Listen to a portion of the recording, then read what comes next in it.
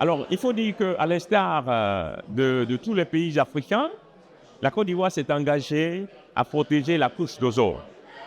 Et dans ce cadre, nous sommes engagés aussi dans le protocole de Montréal sur les substances appauvrissant la couche d'ozone.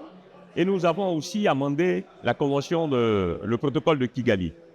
Alors, dans ce cadre, nous avons pris un certain nombre d'engagements à l'effet de d'éliminer sur le territoire ivoirien tous les produits chimiques appauvrissant la couche d'ozone. Et dans ce cadre, nous avons basé notre stratégie sur la transition écologique. Cette transition écologique qui se focalise sur la question de la transition énergétique. Et dans ce secteur, nous avons mis en place une stratégie qui s'adresse spécifiquement à la question de la protection de la couche d'ozone et de la réduction des substances qui appauvrissent la couche d'ozone, en essayant de renforcer d'une part le cadre juridique qui existe. Et dans ce cadre, on a un nouveau code de l'environnement qui met l'accent sur le lien qu'il y a entre les changements climatiques et la question du froid.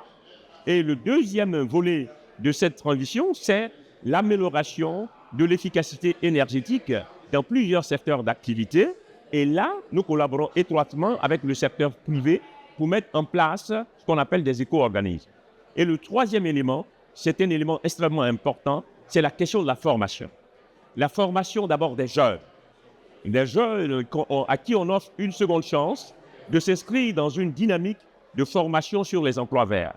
Et avec le ministère de l'Enseignement technique, nous avons ouvert un canal qui permet de récupérer les jeunes de 25 à 35 ans qui sont titulaires d'un brevet et qu'on forme pour des formations qualifiantes, c'est-à-dire tout de suite opérationnelles. On fait des cohortes de 25 jeunes par formation avec l'industrie d'ICANN, de sorte à pouvoir former des jeunes sur un panel de jeunes qui leur permettent dans les différentes régions de prendre en compte les nouvelles exigences, les nouvelles pratiques dans le secteur de la climatisation, dans le secteur de la réfrigération et pouvoir aussi formaliser en fait ce secteur.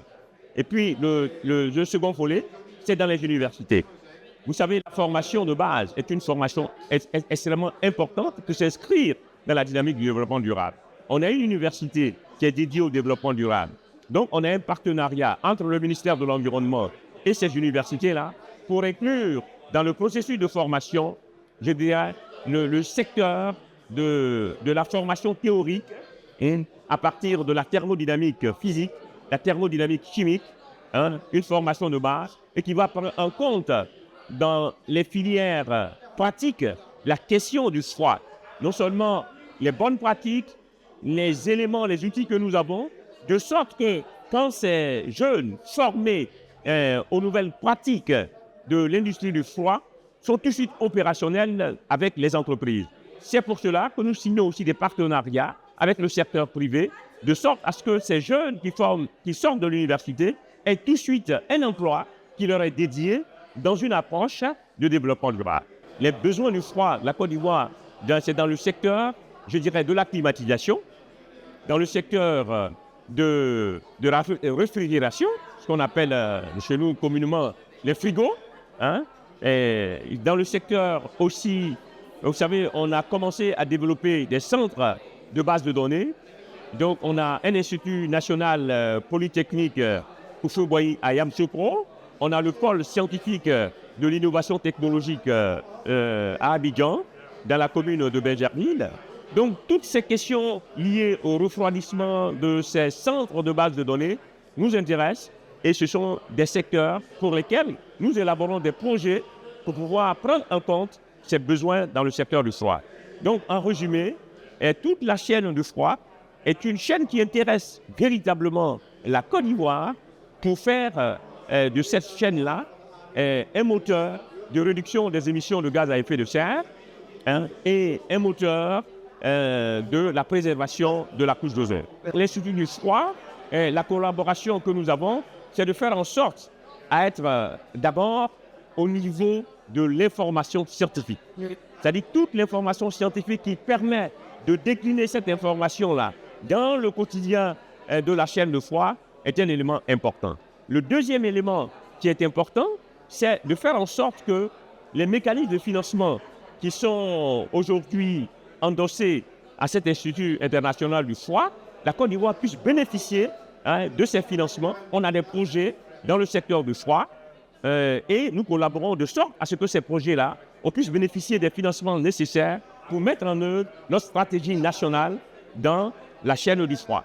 Voilà l'intérêt de la Côte d'Ivoire à être ici et à collaborer. Il faut dire que nous avons les ressources humaines qu'il faut. Nous avons besoin de collaboration efficace et nous avons un leadership qui est porté par le ministère de l'Environnement, du Développement durable et de la Transition écologique. J'ai nommé le ministre Jacques Konan Assaoré, qui fait de cette question une priorité dans les différents documents stratégiques que nous développons aujourd'hui en Côte d'Ivoire. J'ai parlé du plan national de développement 2025-2030, des contributions nationales déterminées pour nos engagements sur l'accord de Paris. Ce volet du secteur du foie fait partie. Et aujourd'hui, sur le leadership du président de la République, la question de la transition écologique, faisant un focus sur la transition écologique, était un pilier essentiel dans lequel le secteur du foie reste une priorité nationale.